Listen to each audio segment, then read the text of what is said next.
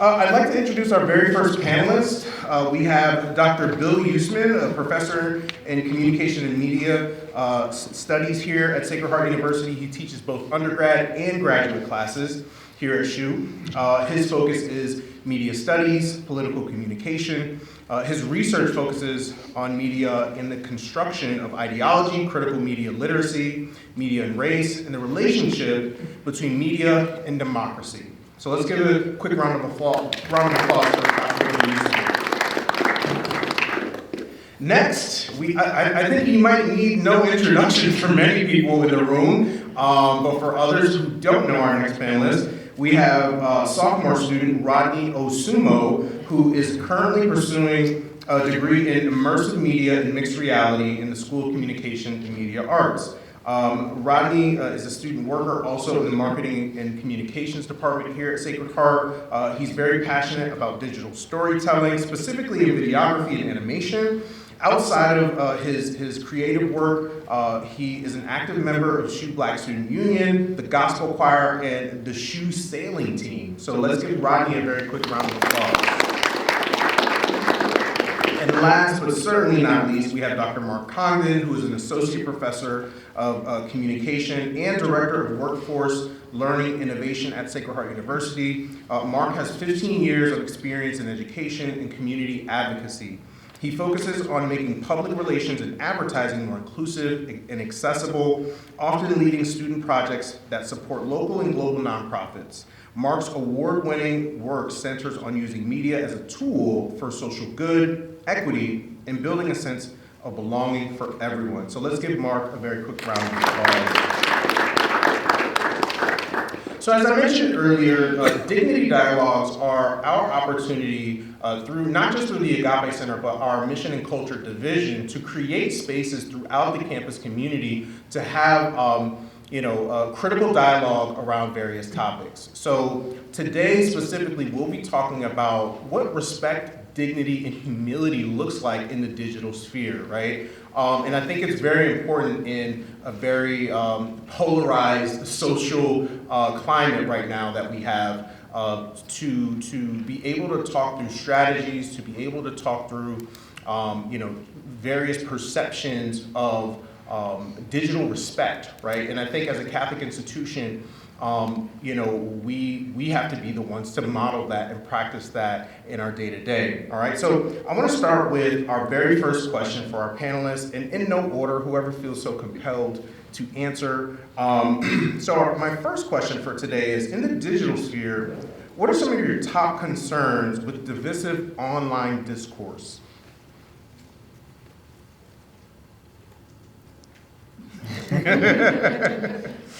Mark, should we make the student go first? It's a sign of respect. We're having the student go first, right? The young shall lead the way, right? And that's not me. Okay. Does that mean I'm after Rodney? Yeah, but I saw what you did there. I can ask the question again. Yeah, for sure. All right. So, in the digital sphere, what are some of your top concerns with the divisive online discourse? I think. Can you hear me? Yeah. We're all witness to how divisive and how polarized it gets online. Everyone's behind a screen. Nobody really has any fear of repercussions, I would say. And this is America. I'm not from America, but one of the beauties of America is the First Amendment, which lets people speak freely, which is also kind of a license to say whatever you want at the expense of the well-being and not recognizing the harm that just words can do. So I think we see that a lot in our society today. And yeah, it's unfortunate, but I think there's hope, as there always is hope with humans to have a better society and build more respectful structures. And hopefully by participating in this discussion today, just because we're only responsible for ourselves as individuals, we can see how we, starting with the I, can be a force for good in the digital space.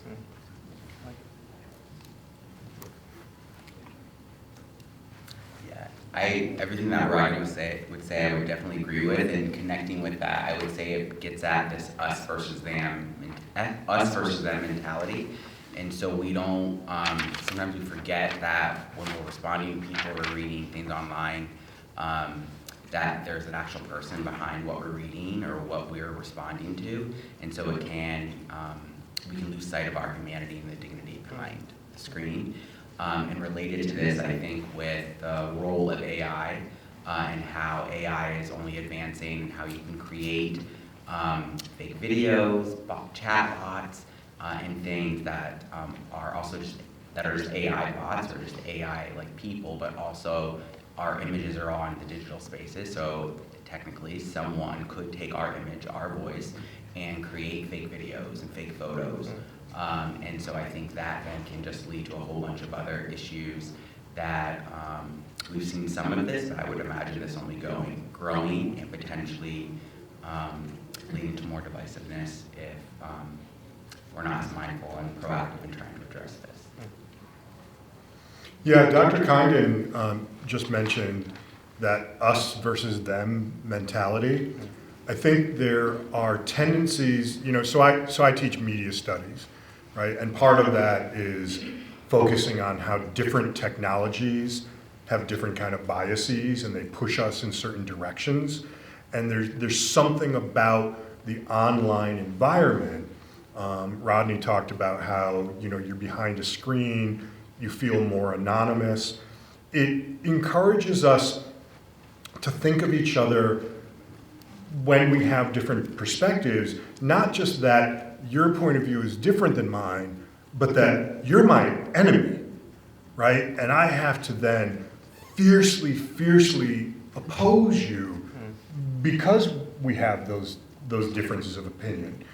And then I would couple that with this erosion of truth that we're experiencing, because so much of what's online, and I know this is a future question, but is just not factually based. There's a lot of misinformation. And, part of the problem is, and look, I'm just gonna say it, we're also in our society now getting those type of messages from above, right? The people who are in power in our society are spreading really hateful rhetoric, and they're spreading lies and distortion and propaganda. And people take their cues from what comes from above, from the people who are in positions that we are enculturated to trust and to believe in. And so I think all of those combine to create conditions that are really corrosive to the notion that we all have to live together, whether we disagree or not, in some type of community. Well, those are amazing responses. I think there's so many complexities, right, to online respect, and each of you, hit some really important points, right? This barrier that technology creates, right? The standard that is set from the powers that be that allow certain rhetoric to be shared on online platforms. That's extremely important to recognize as well. So in our day-to-day social media or just everyday media usage, we oftentimes, we might see some very visceral digital images or videos, or I'm one of those people that I like those videos where the guy walks up and gives random people $10,000, right? So I'm sure we've all seen it, right? I don't know his name, but one of you all can share his page with me later. So the reason why I'm mentioning that is because, again, we have a wide range of I guess different aspects of humanity being displayed on social media, and for the first time ever in human history, people are seeing different ways of being, right? When we're talking about what's portrayed on on social media. So when have you witnessed or felt your dignity affirmed or diminished online? Have you had an experience like that, or have you witnessed that for another? And what specifically made the difference between how you perceived maybe that response or that messaging, as it relates to how, what the person said? Was it the tone? Was it the context? What were some of those, what are some examples or things that you've witnessed where you felt your dignity affirmed or diminished? I'm gonna be honest and a bit raw here, but how many here play like Roblox, Minecraft? So I can't count how many times I've been called the N-word on those, like just a straight N-word, and it's behind a screen. Like, I'm pretty sure to my face, the same person wouldn't say that, but the screen will give people a certain like lacks, and they probably don't even use that around their family or around the society in general, how they interact with people, they wouldn't use it. But behind the screen, they get that sense of like, and you can't even tell in the game, like my character is probably Hispanic. You can't tell, but they'll just use such hateful words. And just because being a person of color, I will feel a type of way about it. And I guess that's a situation where I felt my dignity kind of attacked. And it's not the best feeling in the world, but we kind of gotta move with grace online, because there's like systems in place sometimes where you can like report that, but it's sort of like the reason we're having this whole discussion is somehow out of proportion it can get. Where are they gonna ban 1,000 players and their market for whatever game they're selling? So yeah, that's kind of a situation. It's kind of sad, and unfortunate, but it's the reality that we live in. Connecting to that, I would say, there we go, it's on. I would say that what I've experienced a little bit, but I'm 40, so online technology. We had MySpace, AIM, AOL, Facebook back like in the early 2000s. But bullying was big then, but it only has gotten worse. And so I've seen my nephew, who's 15, and he has a Snapchat. I would not have gotten him a phone. I always tell my sister she did a wrong thing there. But how like he hasn't been bullied on there, and I used to be a special ed teacher, and when I was a special ed teacher, my middle school and high school students also, and that impacted the classroom, because before, if bullying happens in the classroom or in your school, it's easier to control, so to speak, or see. But now you have to monitor on these online spaces. And so, as a college professor too, I'm sure that happens at the college level too. Like there's online bullying in various platforms, and then there's anonymous things. Like there's this app called Yak or something like that. When I was in my PhD in Maine, my students were telling me about that, and apparently people were talking stuff there, and so I don't know if that's still a thing, but I think that like bullying in those online spaces then changes the interpersonal dynamic and the interpersonal connection that we have with each other within the spaces where we have community or hope to have community, versus like similar to like you'd have online bullying in games and things, but it creates more of issues within our sphere, so to speak. Dr. Congdon is all like, I'm 40, I'm so old. And I'm just sitting here like, I just turned 64, I'm the father and the grandfather in this group. So, but no, I see people attacking each other's dignity on social media all the time. It can be really, really blatant, or sometimes it can be sort of like a more, I guess, subtle or microaggression thing where someone will say something with all earnestness and sincerity, and people hit them with the laughing emoji. Like, I always find that to be just like incredibly insulting. But I've had these experiences myself, and I had one experience in particular, which I'll never forget, which stands out for me.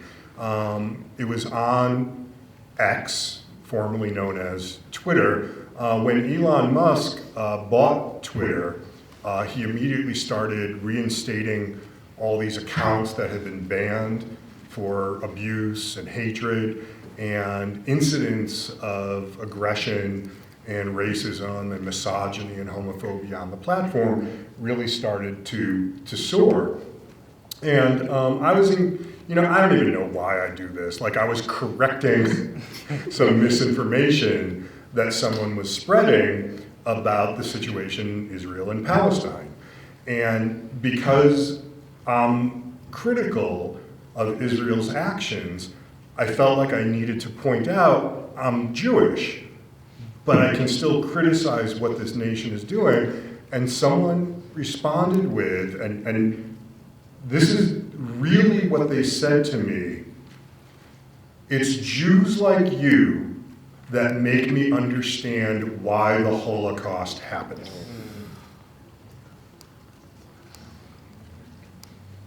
And I reported it as a violation, and I got a message back that they had reviewed it and it did not meet the standards for violations of hatred and abuse on that platform.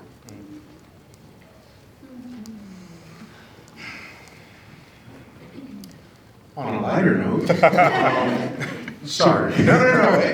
I think all of your stories are extremely important for people to hear, to ground us in the reality that these things happen far more often than we assume, right? I think because we may not be experiencing, right, and that might be a level of privilege depending on your experience, right? We may not be experiencing a direct attack on our humanity, but it is happening, at all levels and across all experiences and identities, right? So to hear someone that you are in community with experience this, I think is extremely important to reinforce. So on social media and media in general, I think, let's just get rid of social media, right? Before, the term viral, right? It is a staple in American vocabulary now, right? We all know what it means to go viral, right? Maybe some of us want to go viral because there's a lot of, depending on who you ask, there's a lot of positivity that can come with that, right? Whether it be an online following, your reputation being bolstered up in a particular industry. And of course, a couple of dollars, some money, right? Some money is always good to attach to that. So how do you think we can balance the pressure of pushing our limits to go, quote unquote, viral with the responsibility of being accurate, humane, and fair with what we're sharing, right? Because I think a lot of times when we see stuff on social media now, and I've witnessed this shift kind of after COVID, it's like, everyone's doing things simply to go viral, right? There isn't a genuine intention behind, why someone may give someone $10,000, right? I'm recording it to come back and show you I gave this person $10,000, rather than, hey, I can share the story 2 years from now in a moment with someone that needs to hear that, like, yeah, I gave this person $10,000 and they needed it, right? So how do we balance that, right? This need or this push to be seen, to be heard, and have attention, right? Through these social spheres and through media, but also be accurate, humane, and fair. I think I'll start by saying that I have a YouTube channel. I don't know if I can plug that on the colloquia. I have a YouTube channel, and so being an international student, I try to film my perspective of my experience here. I compare it to a college that I went to back in Kenya, which is the country I'm from, and there's always a pressure of I scroll on my video and I have 9 views.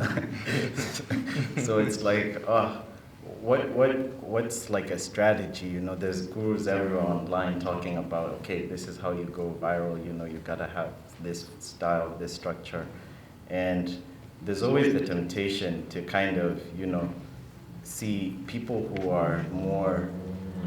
I'm looking for a family-friendly word, but there's people that are more. What's the word? Like controversial is like one of the strategies for someone to get that type of traction online. And there's always the temptation there, especially when you're a creator or when you just want your message to be seen. Sometimes you might be fighting a just cause, like my brother and Rob here, who has run the Multicultural Center in the past and the Agape Center now. It's profitable for everyone who benefits from the work he does to see, okay, we made this video on the Agape Center and more people saw it, more people were able to see the work that is being done here. So there's always the temptation, I would say, and the desire to have your stuff seen more, but I don't think it should come at the expense of like your own ethics and morality. Like, you know, my dad always says, like, you have to have a foot to stand on at the end of the day as a human being. So if you're gonna compromise all of your values for the sake of going viral, I believe that in the long term, it's gonna not be as fulfilling as it is to get a couple thousand, 100,000 views for just a moment that fades. Yeah, I think when I think of content that I tend to like that is viral, and then ones that are just stupid, like the eating the Taunt pods and some of the just the stupid dances, like I just don't get it. I think it gets back to a lack of authenticity and just trying to get that external validation.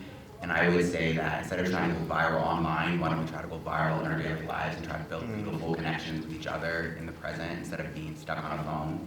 Like, we know like mental health is a huge issue and more people feel isolated and disconnected, hence why I'm guessing we're trying to go viral online and get external validation that we're trying to get elsewhere, but yet we're not trying to make relationships with each other.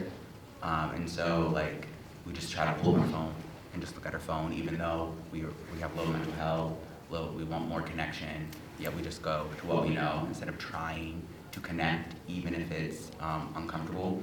And so I would say, like, try to go viral in your daily lives in person with other people or be outside with nature, be with animals, and try to go viral that way instead of in these digital spaces, because we need to get out of this culture of trying to go viral for quick likes and this validation that we're trying to get that doesn't really mean anything, honestly, let's be honest. You might get a few coins here and there, but those coins will dry up because it's inauthentic. So that's just my take. Yeah, I never have any interest in going viral, but I do like to be provocative. Rob knows that because he sees me on social media sometimes. To make a point, I have a very sarcastic sense of humor. Maybe you've already picked up on that today. And I like using humor, or what I think is humor, because I think I'm hilarious. My wife, who also teaches here, looks at me like, really? Like, what are you doing? But to try to make a point, and I think it's possible to do that and yet still be honest and accurate.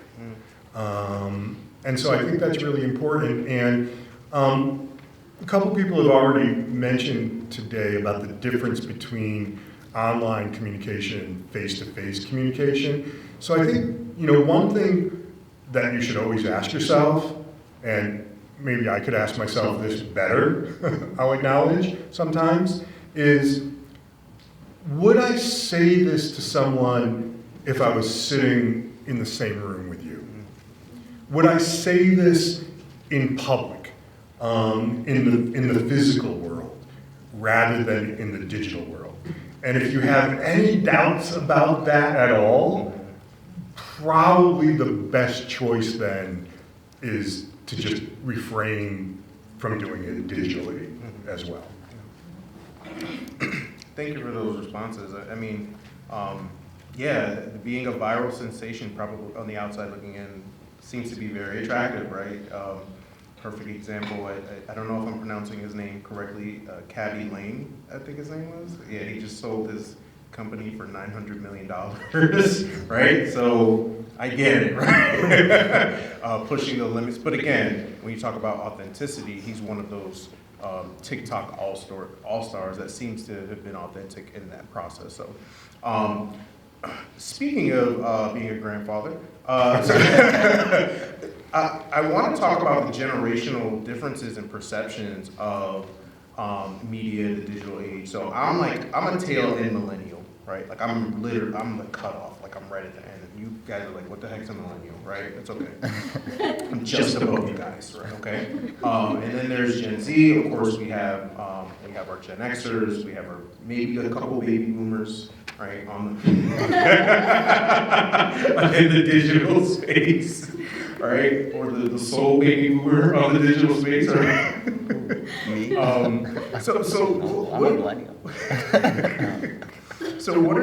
What tensions do you see among Gen Z, millennials, Gen X, boomers, right, regarding privacy, calling people out versus calling them in, and just overall public disagreement? How do we bridge the gaps amongst our generations in the digital sphere? Because I believe that with the advancement of technology and all of what's changed, it's widening these gaps across our generations. So the standards, the expectations, the commonalities of just overall life kind of don't exist, right? Across generations. So what we're seeing is such a huge, I guess, fissure in between generations. So how do we close that gap? Can we start? Someone else, I need to think of a I response. can start. So one of the things that I would say, like with generations, like what defines generations are events or technologies, right? That really help shape how we live and who we are, or inform us. And so I think one of the things obvious is the technology, how it has shifted. And as a millennial, one of the things that I see is how I know what life was like before smartphones, and then I see how they have shifted and evolved over time. And so I find, at least through my experiences, I find that a lot of times millennials were like a bridge between some of the Gen Xers or maybe baby boomers or silent generation with the Gen Z, and then my nephew and my nieces, the third alpha generation, which is the one after Gen Z. And I think that one of the things that I think is important and connects